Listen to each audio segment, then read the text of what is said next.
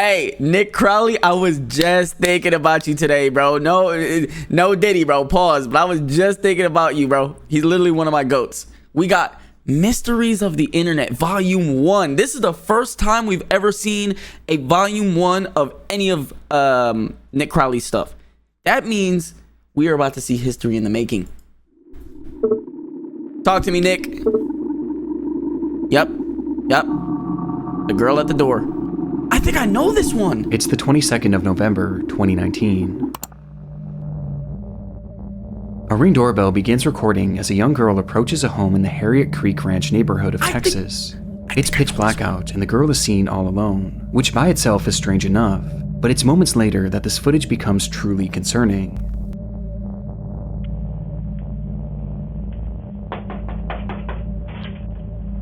Help, please.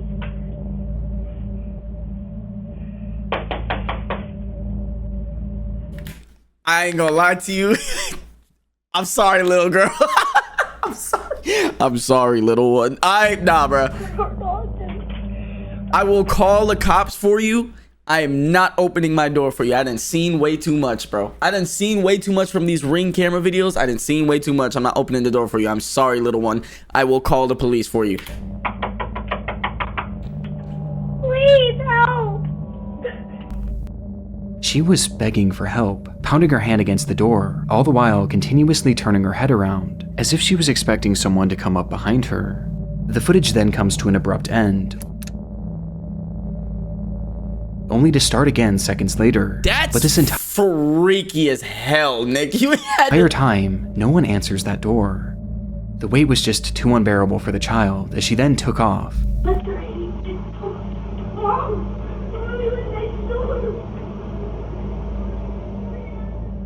Yelling incoherently in the street before running out of view of the camera. Frustratingly, this footage was only viewed by the homeowner well after the fact, and reports seem to indicate that this was a property that they rented out rather than lived in, with it being unoccupied on that night. But after seeing the video, the homeowner immediately contacted law enforcement and shared the video online in the hopes that more information would come forward, as it seems that neither they nor the police had any idea who like, you can't even see her face. This is creepy, bro. Who this child was, or why she needed help. But since these clips were first shared, these questions have still yet to be answered, at least publicly, as there have been no updates from law enforcement. Along with this, there have been no accounts from neighbors about the incident or any footage from other homes in the neighborhood, perhaps implying that this was her one and only stop of the night. It's like after this footage, this girl dropped off the face of the earth, with this entire situation being a mystery to this day, leaving us with only theories. She had escaped from... Ooh, bro. Look, I'm not gonna lie to you. On one hand, I do feel bad, bro, because it's a little girl. But at the same time, I done seen way too many videos, bro. A little girl, a damsel in distress. Open that door, 10 niggas running your crib, bro. GG. I'm sorry, bro. I done seen too much. I'm not gonna risk my life for that. The first and most popular theory is that this girl was an escaped victim of kidnapping, or perhaps an abusive household, and had run to the closest home to ask for help.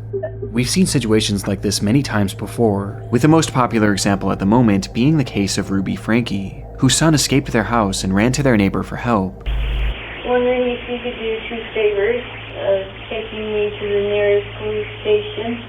Well, actually, just one's fine. This certainly falls in line with this girl's behavior, as she was clearly scared about someone or something following her, hence why she kept looking back. And given that there have been no updates to this case, and that seemingly no one else saw her that night, it would indicate that whoever she was running from had recaptured her shortly after. And what makes this theory even more horrifying is that many online users believe that this girl isn't the only person shown in this footage. Huh? Please.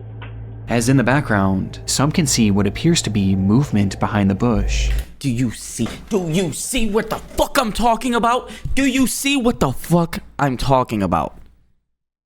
This is my point, bro. This could very well be just like the bushes moving in the wind, but do you see what the fuck I'm talking about?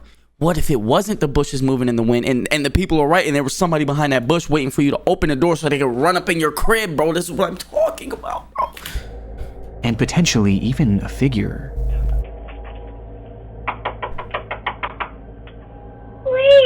can see it.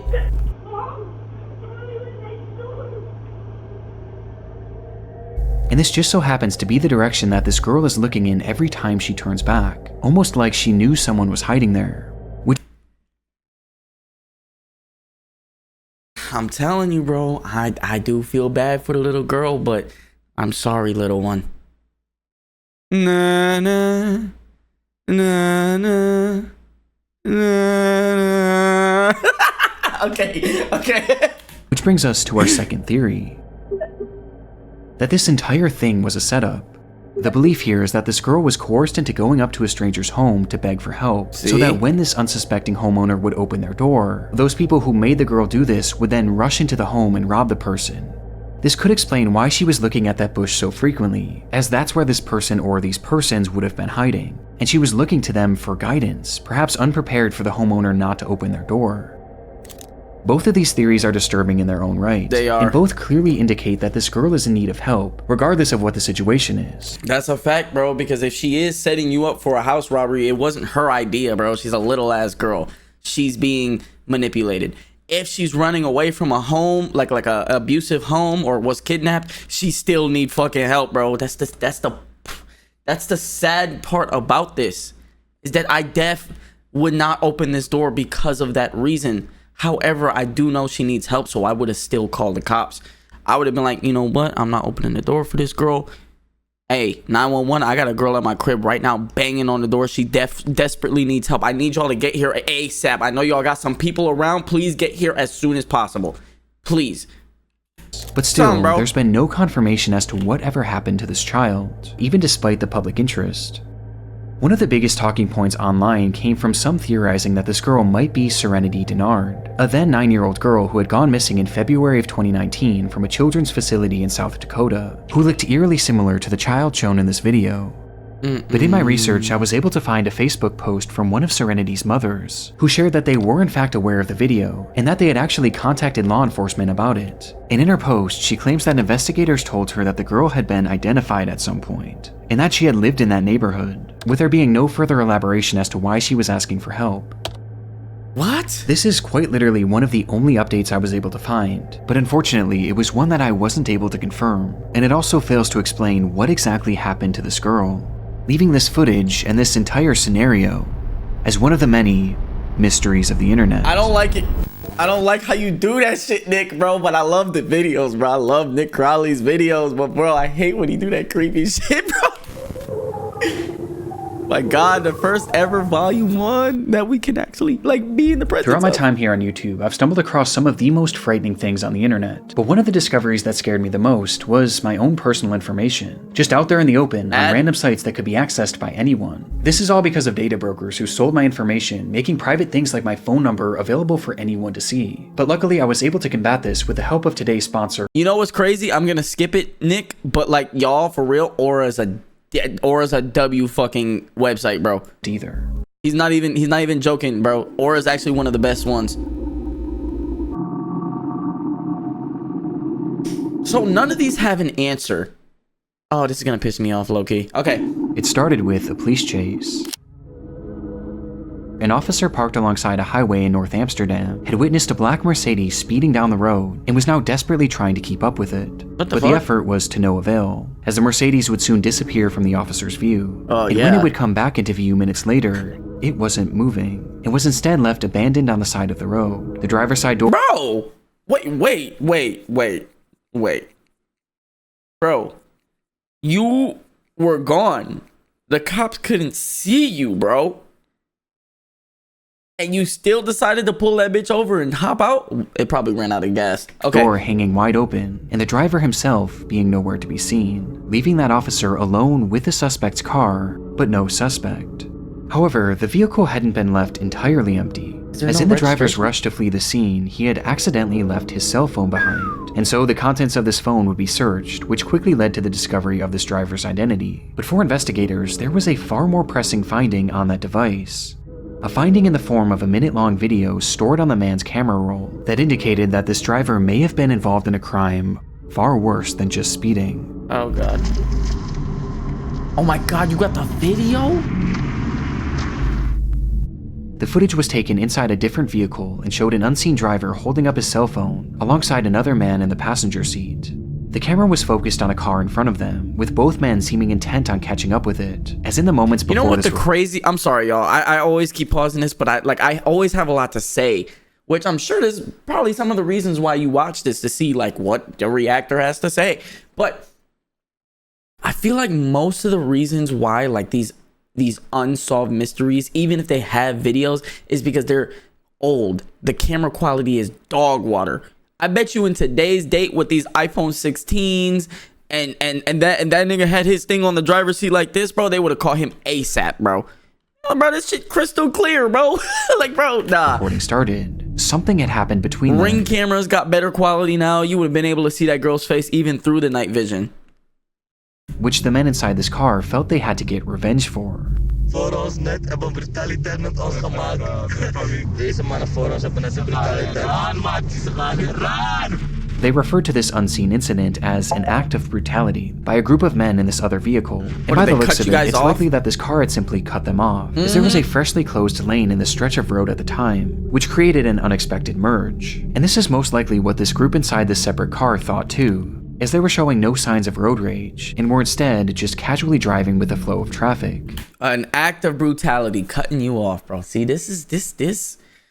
However, it's clear that the men behind the camera felt differently, as in their minds, what this other driver had done to them was so awful that it was worthy of only one punishment. Death. Crazy. Shoot their car?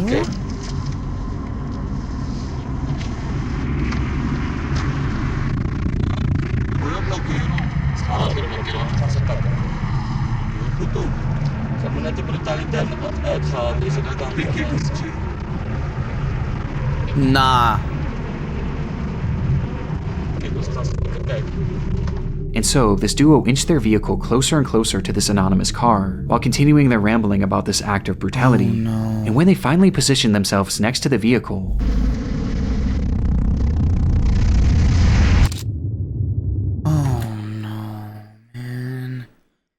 nothing is ever that fucking serious, bro.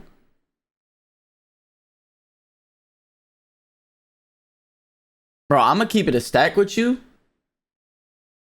When I'm driving, my head is always on a swivel. I don't know if it's because of the way I was taught to drive or just because I'm just a very observant person, but I would have saw that dude like get mad close to me. I would have had my eyes on him. Either I would have been thinking, okay, this nigga's gonna start following me because he feels some type of way, I would have just been keeping my eyes on him, like periodically looking up. Like you guys are the rear view mirror. I would have been driving like this. Dead ass, swear to God, bro. And then if I saw him do that real fast thing, I would have been keeping my eyes. If I saw a gun, bro, slam brakes. Woof, just like that. Now, I know not everybody has instincts to react in a situation like that, but like, bro, I would have been paying attention the whole time anyway. the man in the passenger seat brandished a pistol and pointed it directly at the driver of this vehicle. The footage from here is incredibly shaky, and the window had been rolled down, causing the audio to peak and become distorted and indecipherable.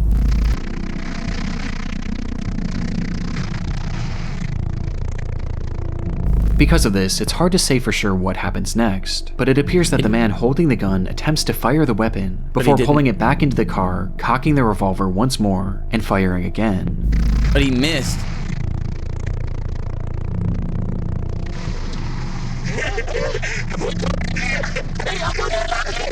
To which both men erupt with laughter and begin celebrating.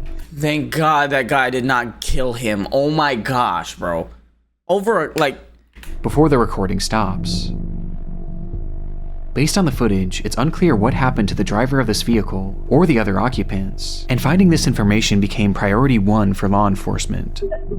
In their research, they determined that this video was shot on May 12, 2014, at around 9:40 p.m., 1 full month before they had stumbled upon it, and it had been taken on the A1 highway near entrance 2101. And yet, when they checked their files to match this information with any of their cases, they realized that there was no record of this incident. This crime had never so much as been reported, despite it seeming to depict a shooting in the middle of a busy highway. To make matters more confusing, police were able to track down the men who took this video and carried out the actual attack, and yet neither of them claimed to know what happened to the people that they shot at, and both refused to elaborate any further, leaving investigators in a strange position. They had undeniable proof of a crime, one that at the very least was attempted murder, and they also had their suspects. They just didn't have any victims. And so they studied the footage even more, which is when they made a disturbing revelation about these victims. Throughout the video, the perpetrators refer to the people within this car as a group of men. And while the footage we have today has the occupants' faces blurred, they were able to conclude that the driver was in fact a man. However, they discovered that the passenger next to him is clearly a woman wearing a headscarf. And most shocking of all, in the back seat was what appeared to be a child. Holy meaning fuck. that they had been shooting at what, in all likelihood, was a family. Police released this video to the public later that year under the name Amsterdam Schiet Incident Ringweg A10, or Amsterdam Shooting Incident on Ring Road A10, where they revealed this footage but disguised the voices and faces of the perpetrators for unknown reasons. I know it's probably their job to do that, but I was not blurring shit. I wasn't gonna blur shit.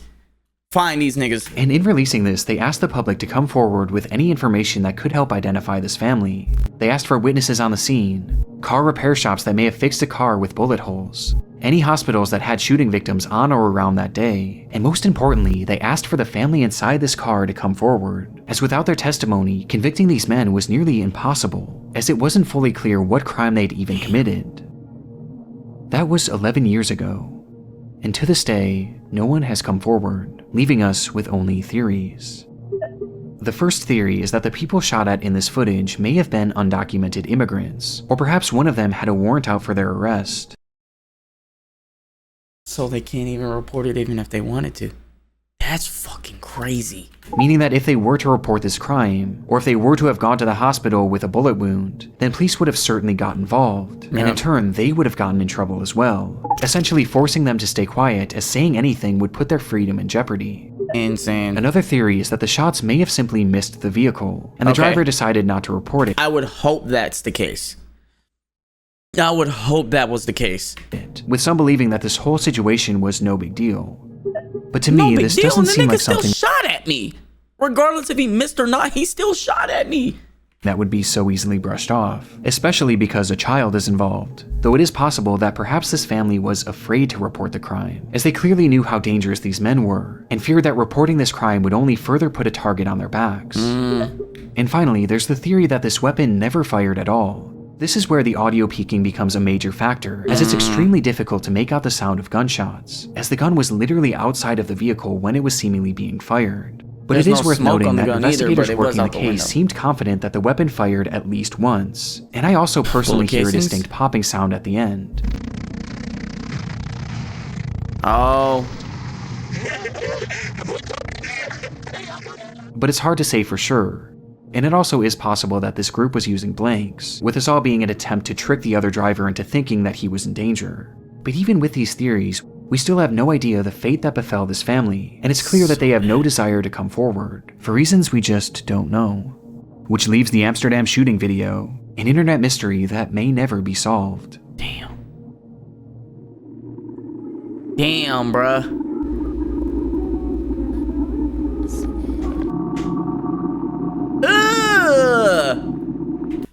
Why did I pause it? Why did I pause I need help, please. We are from BSAS West Zone, Castelar, San Juan neighborhood. Airing? Her name is Emma Rosario Culk, who's been missing since Friday, June 12th. If you saw her, please call. Any information will be appreciated. Oh, sis, I am so sorry I said ill. See, this is why, Nick, you shouldn't be doing that, bro, because I said ill to this lovely lady This post was went missing, bro. Good lord, man. Made to the subreddit r/Argentina on June 16, 2020 by a user named u/Naram, who asked for the public's help in finding a missing woman named Emma Culk. And in the comments, he would offer more context, saying, "She went out to buy something and never came back. She was last seen here in the neighborhood. Sanchez and Pavan is the area where she went to buy something. She was dressed in the clothes that she's seen in the photo. She was carrying her wallet with her ID and a cell phone." Quickly, the post was inundated with concerned citizens wanting to help in the matter, with the gravity of the situation being made even greater, as earlier that day, Naram had made a similar post, which revealed that Emma Kolk was actually his mother. What? This revelation only made the post more important, as people left comments offering support and encouragement, with many even providing advice on how he could potentially track her down, to which Naram seemed genuinely grateful. Across the entire internet, this seems to be the first post ever made on Emma's disappearance, but it would be far from the last, as people spread this information far and wide almost immediately after Naram's post, which was also followed by several local news reports, which proved that Emma was in fact a real person and was in fact missing, with these articles mentioning something that You call her a fucking moron, bro?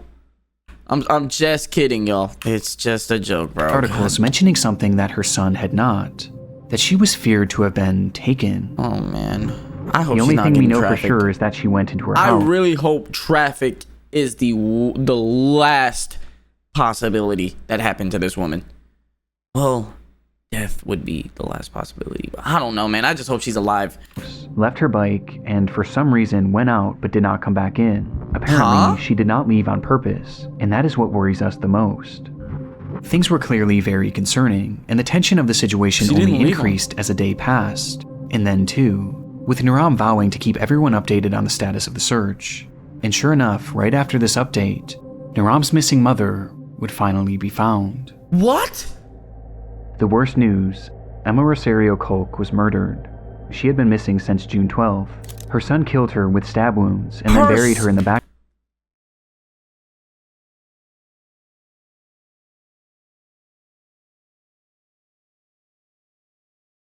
Oh my god.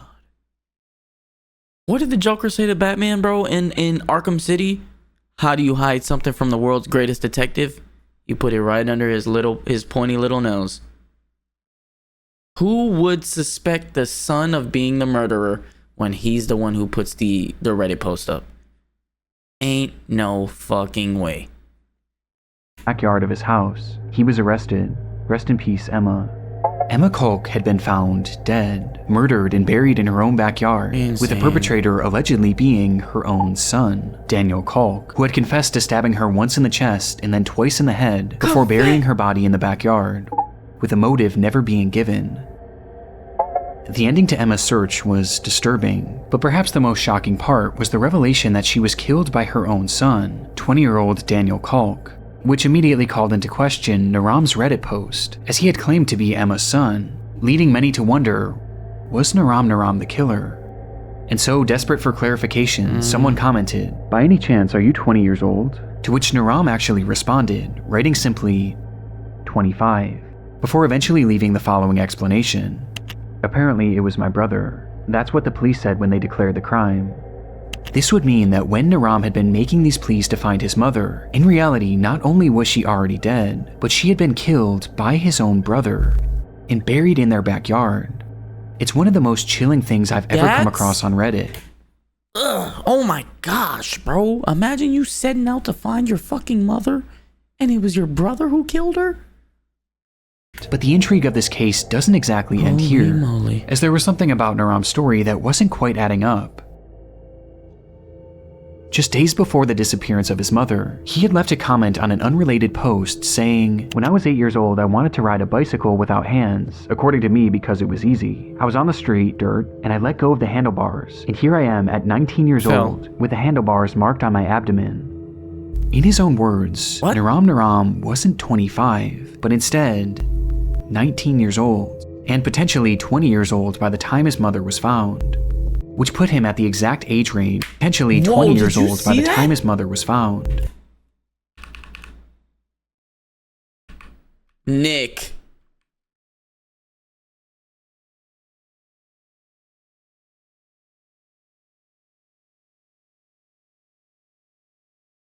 Nick. You are such a goat for this right here. Which put him at the exact Because it literally matches the mask. He didn't do anything. He didn't do anything but make the actual shit a little bit darker, bro. And somehow, some way, it makes this evil looking face. Insane, which put bro. him at the exact age range as Daniel Kolk. This prompted a wave of speculation and confusion and spawned the enduring mystery. Oh boy.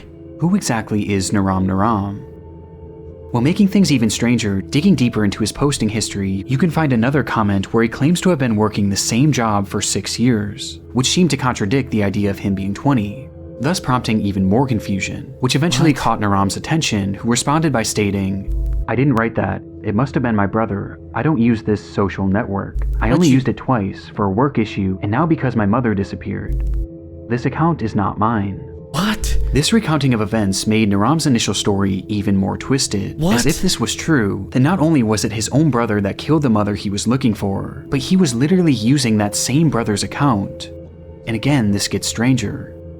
Around the same time, Naram Naram would thank the internet for its help on the case, and then proceed to swiftly disappear, leaving the account untouched for over 2 years.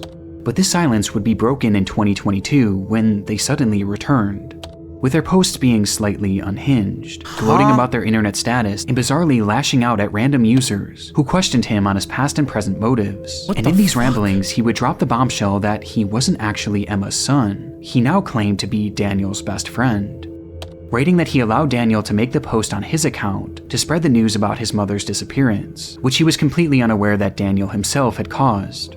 This was the last real update in this case, and it only threw more fuel on the fire. Oh my god, bro. First you're the brother, and then you're 25, and then you're 20, and then you're actually just 19, and now you're the brother's best friend. What the hell is happening? Of this mystery, with people wondering what version of events, if any, were true.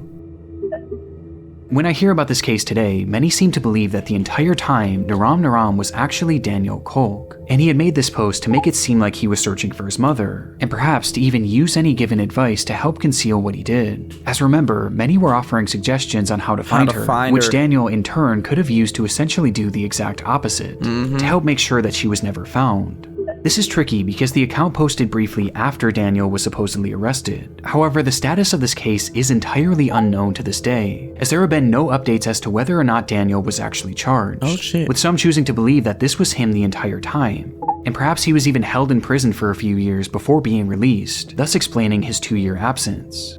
Another theory is that Naram was initially telling the truth, and that he was Daniel's brother, and that he was simply using the account to spread word of his mother's disappearance, before eventually abandoning it.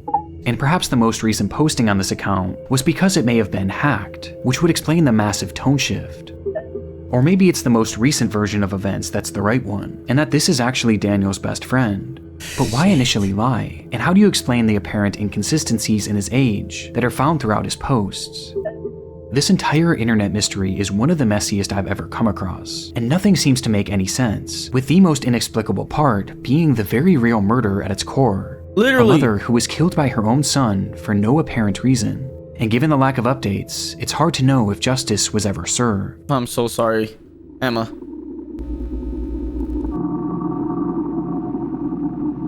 Angeline Pete's. It took several months for Angeline Pete's family to report her as missing. She had a long history of leaving home for extended periods of time, running off to join the circus and hitchhiking rides all across the Vancouver area, before eventually returning home to her normal life. But this time it felt different. None of her friends or family had heard from her since May of 2011, and it was now nearing the end of summer. This was especially odd considering that Angeline was known to be constantly texting, as well as updating her Facebook profile, with that profile now sitting completely dormant. But within that page filled with your typical selfies and normal life updates, there was one post that stood out, the final post she ever made. Oh shit. Okay. I'm ready. What the fuck? This photo was posted without context on May 20th, 2011, a day that just so happened to be the very last time that the vast majority of Angeline's friends and family members had heard from her. And when looking into the context of this image, her disappearance only becomes more concerning. That night, Angeline had been drinking with her fiancé Robert Calden in downtown Vancouver, and while the two were waiting to catch a ferry back home, something had sparked an argument, which eventually It's usually the boyfriend. Led to a full-on physical altercation. This fight caused such a stir that eventually police would arrive on the scene, where they noted that Angeline's lip had been busted, leading to them placing Robert under arrest. Though in the end, no charges would ever be filed, as Angeline refused to give officers a statement and instead insisted on just going home, which led to the whole thing seemingly being dropped. Okay. It was directly after this that Angeline would post this photo to her Facebook account without any sort of context, before proceeding to disappear into thin air. Her motivation for doing this isn't 100% known, but one could assume that she was trying to make a record of this attack, perhaps in case something were to happen to her. The timing of this is more than a little suspicious and paints a horrifying picture of the potential fate of Angeline. That she had been murdered by Robert Calden. I mean, look, bro. The number one theory is that the boyfriend did it. It's always like that, bro. And most of the time, it's the truth. And most of the time, it is the boyfriend. What was that high-profile one from a few years ago? I think his name was like Brian or something. He killed his girlfriend, and then he went missing or whatever, and then they found him, and he committed, unalivement. What was his name, bro? The result of their fight on the 20th of May.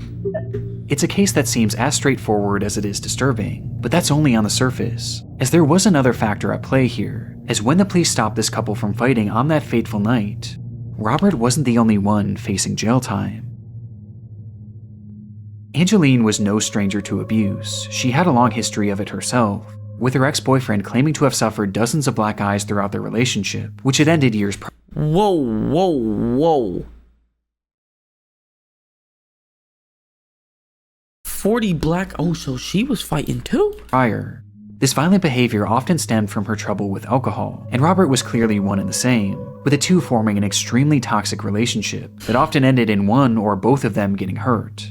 It was all too normalized for the pair, which was highlighted by one of Angeline's final texts, where she wrote, "Gee, my lip hurts. I hate him so much that I love him." What? Now, I do want to make it clear that this is in no way meant to come across as victim blaming. No, this it's is not. Vital. It's not.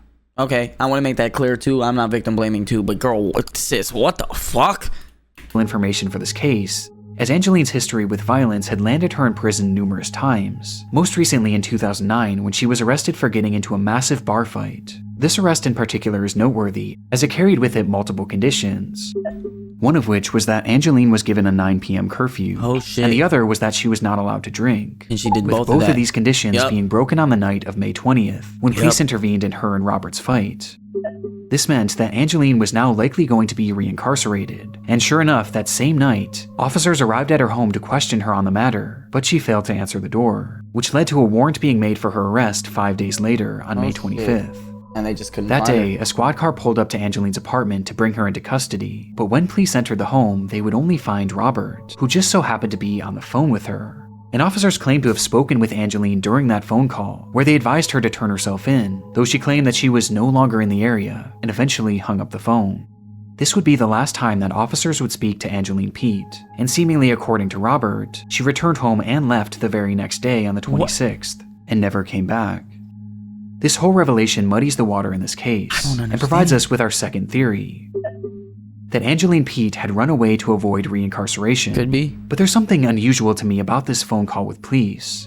Now, there's hardly any information about this case online, but from all the articles that I've read, it seems that no one in Angeline's life had heard from her after this photo was taken, with the exception of Robert. Maybe And when she police wanted to go spoke with ghost. her, it was only over the phone. They too hadn't laid eyes on her since the night of May 20th.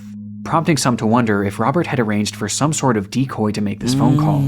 Though however it happened, since that phone call, there has been no activity on any of Angeline's online accounts, and she has never deposited or spent a single cent from her bank account. From that point on, she's been essentially invisible. A ghost. That was 15 years ago, and today we still have no concrete answers as to what happened to Angeline Pete, with some taking this as a sign that something sinister had in fact happened to her, as how can you go that long without leaving a trail, and without at least trying to come back? Especially in Angeline's case, as she was a mother. Oh! Angeline had a 7-year-old son who was by far the most important thing in her. Oh no, yeah, she definitely got something happened to her, bro.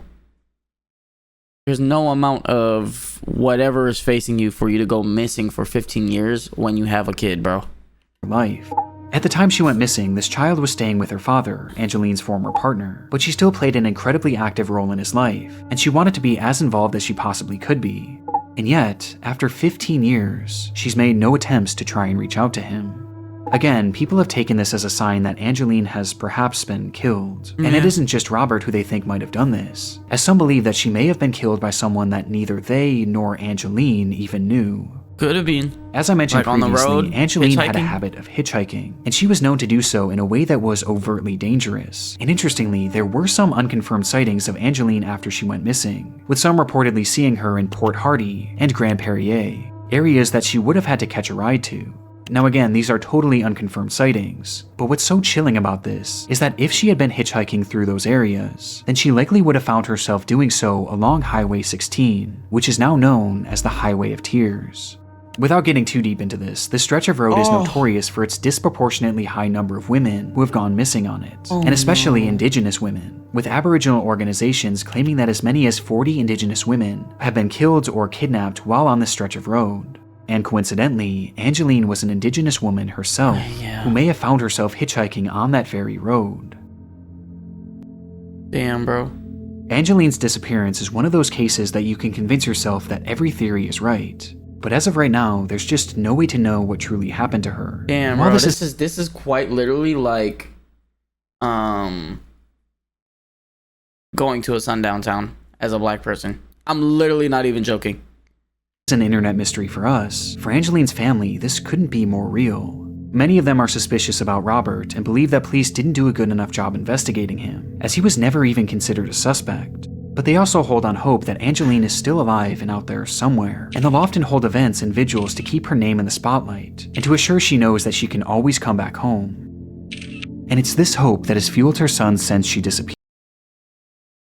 What is happening?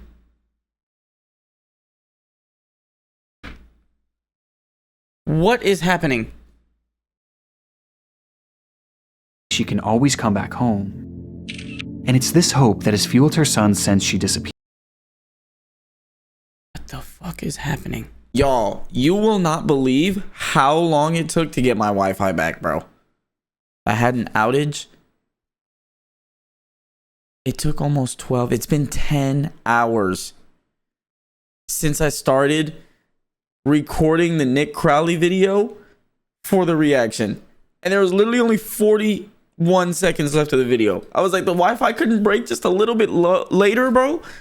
But we're here, you know. I'm glad, though, because they said it was supposed to come back at 10 a.m. It was supposed to be a 12-hour downtime. But we here, bro. Let's finish the video, bro. This is gonna go up literally today now instead of... well, it was gonna go up today regardless. But now it's like I'm finishing recording this today. And it's gonna go up today. Talk to me, Nick. What? Come on, bro. It's just working. God damn it. Let me refresh, brother.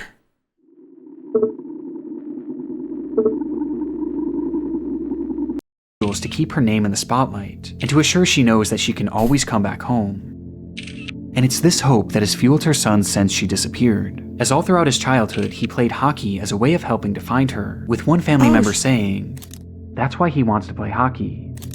So if he gets famous, his mom will find him. Oh, that's amazing. But sad at the same time still.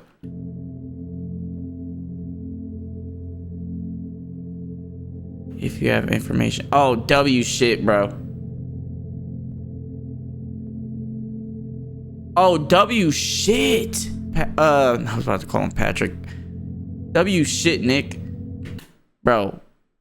Nick Crowley, Patrick CC, my favorite. So Patrick CC does just like normal video essays about like, you know, thing. Y'all know that. I post Patrick CC reactions every Tuesday because he posts them on Monday. And then Nick Crowley does the creepy shit, bro. I love these two YouTubers, bro. They're my favorites. Is that all? It's still like 10 seconds. Could just be showing his homies. That's all, bro. I waited 10 hours just to hear the rest of that. I'm not mad. I'm not mad. Cause I wanted, oh my God, bro. I'm actually so upset. I'm not. Okay. W video though, Nick Crowley. W video, of course. Like always, bro. I hope you guys enjoy my reaction to this because you guys always love my reactions to the Nick Crowley stuff. I hope this was just as fulfilling as the rest. Love y'all. Seriously.